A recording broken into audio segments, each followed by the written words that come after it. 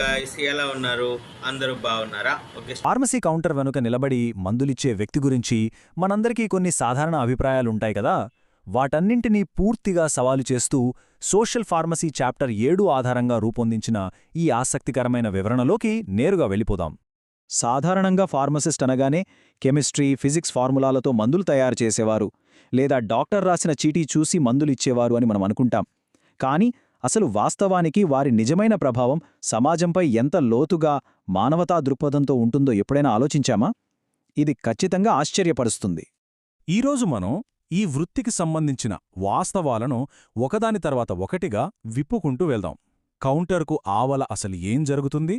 సంపూర్ణ ఆరోగ్యం అంటే ఏమిటి? మన ప్రజారోగ్య వ్యవస్థలు ఎలా పనిచేస్తాయి? అంటువ్యాధులతో ఎలా పోరాడుతున్నాం? ముఖ్యంగా ఈ పోరాటంలో ఫ్రంట్లైన్లో ఉండి ఫార్మసిస్టులు ఏం చేస్తున్నారు అనే ఆసక్తికరమైన అంశాలను తెలుసుకుందాం. ముందుగా ఆ మెడికల్ షాప్ కౌంటర్ను దాటి బయటకొస్తే ఈ వృత్తికి ఒక సరికొత్త నిర్వచనం ఎలా ఏర్పడుతుందో చూద్దాం. ఇక్కడే సోషల్ ఫార్మసీ అనే పదం తెరపైకి వస్తుంది. ఇది కేవలం మందుల డబ్బాలు తీసి ఇవ్వడం గురించి కాదు సుమా. మందులు, వాటికి సంబంధించిన సామాజిక, ఆర్థిక మరియు ప్రవర్తనాపరమైన అంశాలు సమాజాన్ని ఎలా ప్రభావితం చేస్తాయో ఇది వివరిస్తోంది. అంటే ఇది ఫార్మసిస్టులను మరియు సామాన్య ప్రజలను ఒకే తాటిపైకి తెచ్చే ఒక అతిపెద్ద సామాజిక ప్రక్రియ అన్నమాట. మరి ఈ స్థాయిలో ఒక ఫార్మసిస్ట్ పాత్రను అర్థం చేసుకోవాలంటే వారు నిరంతరం కాపాడటానికి ప్రయత్నించే ఒక అతిపెద్ద భావనను మనం ముందుగా అర్థం చేసుకోవాలి. అదే సంపూర్ణ ఆరోగ్యం. ప్రపంచ ఆరోగ్య సంస్థ అంటే WHO ఇచ్చిన ఒక అద్భుతమైన నిర్వచనం ఇక్కడ గమనించాలి. ఆరోగ్యమంటే కేవలం జబ్బు లేదా వైకల్యం లేకుండా ఉండటం కాదు. మరి ఏమిటి?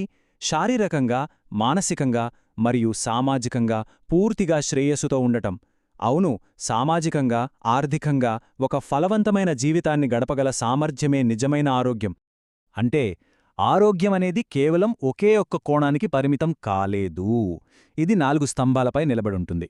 శరీరంలోని అవయవాలన్నీ సరిగ్గా పనిచేయడం శరీర ఆరోగ్యమైతే, మన చుట్టూ ఉన్న ప్రపంచంతో మనకుండే సమతుల్యతే మానసిక ఆరోగ్యం. ఇక మన సంస్కృతి, ఆర్థికాభివృద్ధి అంతా సామాజిక ఆరోగ్యం కిందకొస్తాయి. వీటన్నింటికీ మించి ఆత్మ, మనస్సు, శరీరాన్ని అనుసంధానించే ఆధ్యాత్మిక ఆరోగ్యం కూడా ఉంది. దీనిని ఆధునిక వైద్యం చాలాసార్లు విస్మరిస్తోంది, కానీ పూర్తి శ్రేయస్సుకు ఇది కూడా అత్యంత కీలకం. ఇవన్నీ వింటుంటే ఒక విషయం అర్థమవుతుంది కదా. ఒక మనిషి ఆరోగ్యం అనేది కేవలం జీవశాస్త్రం పైన, అంటే బయాలజీ పైన మాత్రమే ఆధారపడి ఉండదు. మన చుట్టూ ఉన్న పర్యావరణం, సామాజిక మరియు ఆర్థిక అభివృద్ధి, ప్రభుత్వాల రాజనీతి సంకల్పం, అలాగే సరైన సమయానికి ఆరోగ్య సేవలు అందడం, ఇలా ఎన్నో అంశాలు మన ఆరోగ్యాన్ని బలంగా నిర్ణయిస్తాయి. ఇక్కడే జనాభా అధ్యయనం అనగా డెమోగ్రఫీ కీలక పాత్ర పోషిస్తుంది. జనాభా ఎలా పెరుగుతోంది, మరణాల రేటు ఎలా ఉంది, ఇలాంటి విషయాలన్నీ విధాన రూపకల్పనకు చాలా ముఖ్యం. ముఖ్యంగా జనాభా వృద్ధిలోని వివిధ దశలను బట్టి భవిష్యత్తులో ఆ కమ్యూనిటీకి ఎలాంటి మందులవసరం, ఎలాంటి ఆహార సప్లిమెంట్లు కావాలో ముందుగానే అంచనా వేయడానికి ఫార్మసిస్టులు ఈ డెమోగ్రఫీపైనే పూర్తిగా ఆధారపడతారు. ఇది నిజంగా అద్భుతమైన ప్రణాళిక. ఆరోగ్యం గురించి, జనాభా గురించి ఇన్ని విషయాలు తెలుసుకున్నాం కదా. మరి ఆ జనాభాను రక్షించడానికి నిర్మించిన భారీ వ్యవస్థల గురించి ఇప్పుడు తెలుసుకుందాం. అవే మన ప్రజారోగ్య వ్యవస్థలు. ప్రజారోగ్యం లేదా పబ్లిక్ హెల్త్ అనేది కమ్యూనిటీలను సురక్షితంగా ఉంచే ఒక కవచం లాంటిది. ఇది ఒక్కదానితో నడిచేది కాదు. ఎపిడెమియాలజీ, బయోస్టాటిస్టిక్స్, ఆరోగ్య విద్య మరియు మాతా శిశు సంరక్షణ వంటి ఎన్నో సంక్లిష్టమైన విభాగాలు ఒకదానితో ఒకటి అల్లుకుని బనిచేస్తేనే ఈ వ్యవస్థ బలంగా నిలబడుతుంది. మరి ఈ రక్షణ సేవలు కేవలం నగరాలకే కాదు, మారుమూల గ్రామీణ ప్రాంతాలకు కూడా ఖచ్చితంగా చేరాలి గదా. అందుకే భారతదేశంలో ఆరోగ్య సంరక్షణను అత్యంత పకడ్బందీగా ఒక 4 అంచెల వ్యవస్థగా విభజించారు. కేంద్ర స్థాయి నుండి మొదలై రాష్ట్ర, జిల్లా స్థాయిల మీదుగా చివరగా గ్రామీణ ఆరోగ్య వ్యవస్థ వరకు ఇది ఒక స్పష్టమైన గొలుసుకట్టులా పనిచేస్తుంది. ఈ అంచెలన్నీ బాగానే ఉన్నాయి, కానీ అసలు ఈ వ్యవస్థలు దేనిపై పోరాడుతున్నాయి? ఆ రణరంగం గురించి మాట్లాడుకుందాం. అదే అంటువ్యాధులతో మన నిరంతర పోరాటం. ఉదాహరణకు కోవిడ్-19, కలరా మరియు డిఫ్తీరియా లాంటి ప్రధాన అంటువ్యాధులను ఒకసారి పోల్చి చూద్దాం. కోవిడ్ అనేది ఒక వైరస్ వల్ల వస్తే, కలరా మరియు డిఫ్తీరియా బ్యాక్టీరియాల వల్ల వస్తాయి. వాటి కారణాలు ఎంత విభిన్నంగా ఉంటాయో అవి వ్యాపించే విధానం, మనిషి శరీరంపై అవి చూపే భయంకరమైన లక్షణాలు కూడా అంతే విభిన్నంగా, అత్యంత వినాశకరంగా ఉంటాయి. ఒకవైపు ప్రజారోగ్య వ్యవస్థలు ఈ వ్యాధులతో బయట పోరాడుతుంటే, మన శరీరాలు అంతర్గతంగా పోరాడుతుంటాయి. దీనికోసం మన శరీరం 2 రకాల రోగనిరోధక శక్తులపై ఆధారపడుతుంది. ఒకటి పుట్టుకతోనే వచ్చి తక్షణమే స్పందించే సహజ రక్షణ, దీన్నే ఇన్నేట్ ఇమ్యూనిటీ అంటారు. మరొకటి జీవితకాలంలో ఏదైనా వ్యాధి సోకినప్పుడు దాన్ని గుర్తుపెట్టుకుని మరీ నిర్మించుకునే ఎక్వైర్డ్ ఇమ్యూనిటీ. ఇది చాలా స్పెసిఫిక్గా పనిచేస్తుంది. ఇక్కడే మనం అసలు విషయానికి వద్దాం. ఈ భారీ ఆరోగ్య వ్యవస్థలో వ్యాధులతో జరిగే ఈ పోరాటంలో క్షేత్రస్థాయిలో అంటే ఫ్రంట్ లైన్లో ఉండి ఒక ఫార్మసిస్ట్ వాస్తవంగా ఏం చేస్తున్నారు? ఇంతకు ముందు అనుకున్నట్లు ఒక ఫార్మసిస్ట్ డ్యూటీ మందులివ్వటంతోనే అయిపోదు. వాళ్ల పాత్ర బహుముఖంగా ఉంటుంది.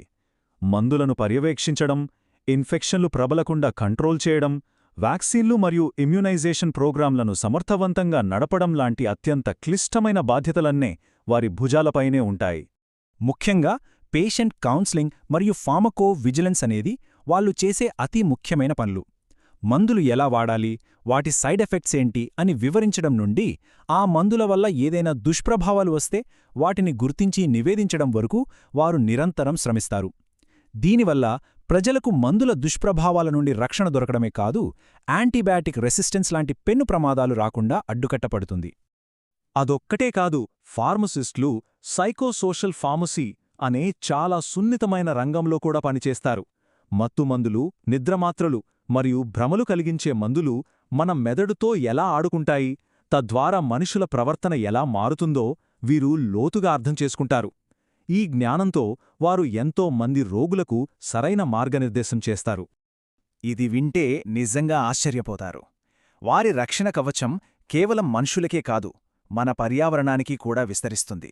అవును, గడువు ముగిసిన మందులను ఎలా పడితే అలా పారేయడం వల్ల మన నదులు, భూగర్భ జలాలు, నేల కలుషితమవుతాయి.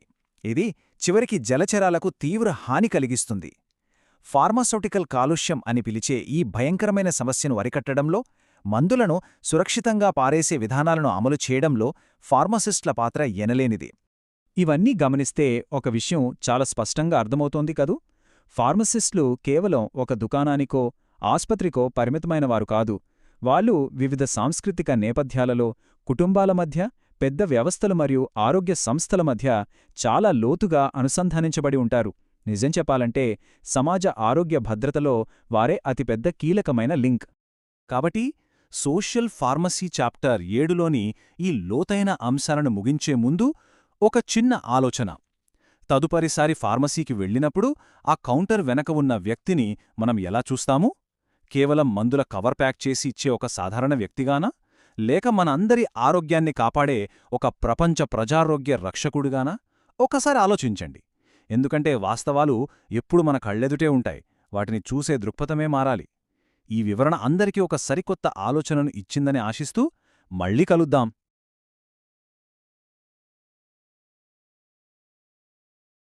ఓకే, ఈ టాపిక్ ఒక్కసారి డీటెయిల్గా చూద్దాం.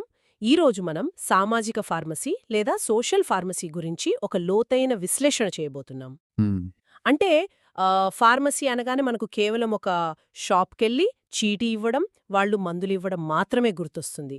కానీ ఈరోజు మన మిషన్ ఏంటంటే, ఆ కౌంటర్ వెనుకున్న ఆసక్తికరమైన సామాజిక ఆర్థిక కోణాలను ఈ ఆధారాల ద్వారా అర్థం చేసుకోవడం. ఖచ్చితంగా.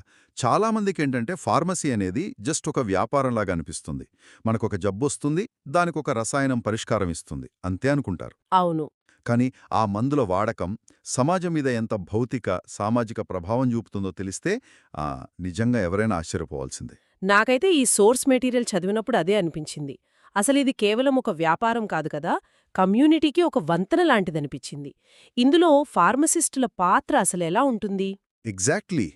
డాక్టర్లకి, పేషెంట్లకి మధ్య ఫార్మసిస్ట్ ఒక బలమైన వారధి. వాళ్లు కేవలం తీసి మందులివ్వటమే కాదు, ఆ ప్రిస్క్రిప్షన్ కరెక్టేనా, 2 వేర్వేరు మందులు కలిస్తే సైడ్ ఎఫెక్ట్స్ ఏమైనా వస్తాయా, ఇవన్నీ చెక్ చేస్తారు. రైట్. WHO కూడా అదే చెప్తుంది గదా. ఆరోగ్యమంటే జస్ట్ జబ్బు లేకపోవటం కాదు, శారీరక, మానసిక మరియు సామాజిక శ్రేయస్సు కూడా. ఆ బాధ్యత ఫార్మసిస్టుది కూడా. ఓ, అంటే వాళ్ళు కేవలం మందుల వ్యాపారులు కాదు, సమాజాన్ని కాపాడే వ్యక్తులంటారా?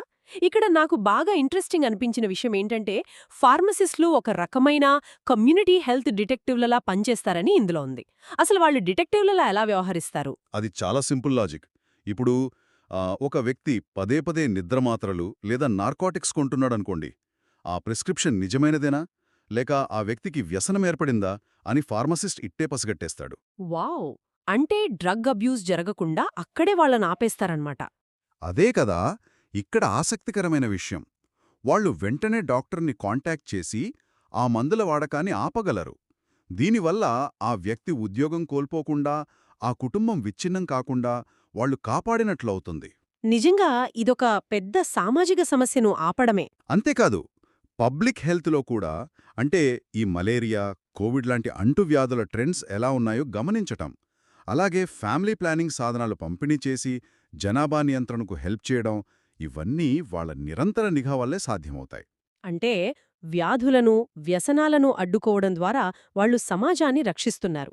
కానీ మన సమాజం ఎదుర్కొనే మరో పెద్ద జబ్బు పేదరికం కదా. ఇక్కడే మనం ఫార్మకో ఎకనామిక్స్ గురించి మాట్లాడుకోవాలి. అవునవును. ఏటా మన దేశంలో దాదాపు 2-5% మంది ఈ అధిక వైద్య ఖర్చుల వల్ల పేదరికంలోకి వెళ్ళిపోతున్నారని డేటా చెప్తోంది. అసలు ఫార్మసీకి ఈ పేదరికానికి లింక్ ఏంటి? అదే ఫార్మకో ఎకనామిక్స్ అంటే మందులు మరియు వాటి చికిత్సల ఖర్చు, అలాగే ప్రయోజనాలను బేరీజు వేయడం. ఒక మందు వాడటం వల్ల రోగికి ఆర్థికంగా ఎంత మేలు జరుగుతున్నో లెక్కించడం అన్నమాట. ఇక్కడే నాకు డౌట్ వచ్చింది. సో దీని అర్థమేంటి? పేదవాళ్లకు ఎప్పుడూ చవకైన మందులు ఇవ్వడమే బెటరా? చౌకైన మందులు ఎప్పుడూ బెస్ట్ అవుతాయా? చూడండి, అక్కడే చాలామంది పొరపాటు పడతారు. చౌకైన మందులు ఎప్పుడూ మంచివి కావు. ఒక మందు ధర తక్కువే ఉండొచ్చు, కానీ అది సరిగ్గా పనిచేయకపోతే రోగికి జబ్బు తగ్గదు గదా. అవును, మళ్ళీ హాస్పిటల్కి వెళ్లాల్సొస్తుంది. కరెక్ట్. మళ్ళీ ఆస్పత్రి పాలైతే అతను పనికెళ్ళాడు, ఆదాయం కోల్పోతాడు. రైట్. అవును, మళ్ళీ ఆస్పత్రి ఖర్చులు పెరుగుతాయి. దీన్నే ఆపర్చునిటీ కాస్ట్స్ అంటారు. అందుకే అత్యంత చౌకైన మందు ఇవ్వడం కాదు, తక్కువ ఖర్చుతో సమానమైన లేదా మెరుగైన ప్రభావం చూపే కాస్ట్ ఎఫెక్టివ్ మందును ఎంచుకోవడమే నిజమైన ఫార్మకో ఎకనామిక్స్. అద్భుతం.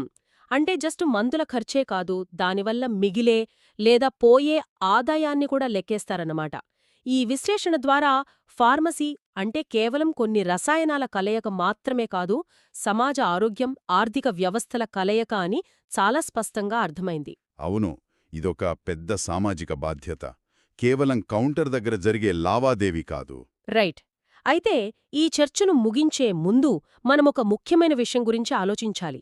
మనం జబ్బు తగ్గగానే మిగిలిపోయిన లేదా గడువు తీరిన మందుల్ని మామూలుగా చెత్తలోనో సింక్లోనో పారేస్తుంటాం కదా. అవును, చాలామంది తెలియక అలాగే చేస్తారు. కానీ ఆ ఫార్మా వ్యర్థాలు నేరుగా నీటిలో మట్టిలో కలిసిపోయి రేపటి తరం మందులకు అసలు లొంగని యాంటీబయాటిక్ రెసిస్టెన్స్ ఉన్న భయంకరమైన బ్యాక్టీరియాను సృష్టిస్తున్నాయి. మనం వాడే మందు మనల్ని బతికించినా, మనం పారేసే మందు పర్యావరణాన్ని నాశనం చేస్తుండొచ్చు. వనరుల్లో ఉన్న ఈ పర్యావరణ ముప్పు లేదా ఫార్మా కాలుష్యం గురించి మరింతగా అన్వేషించాల్సిన అవసరం ఎంతైనా ఉంది. ఆలోచించండి. మన లోతైన విశ్లేషణను ముగిద్దాం. మరో ఆసక్తికరమైన టాపిక్తో మళ్ళీ కలుద్దాం.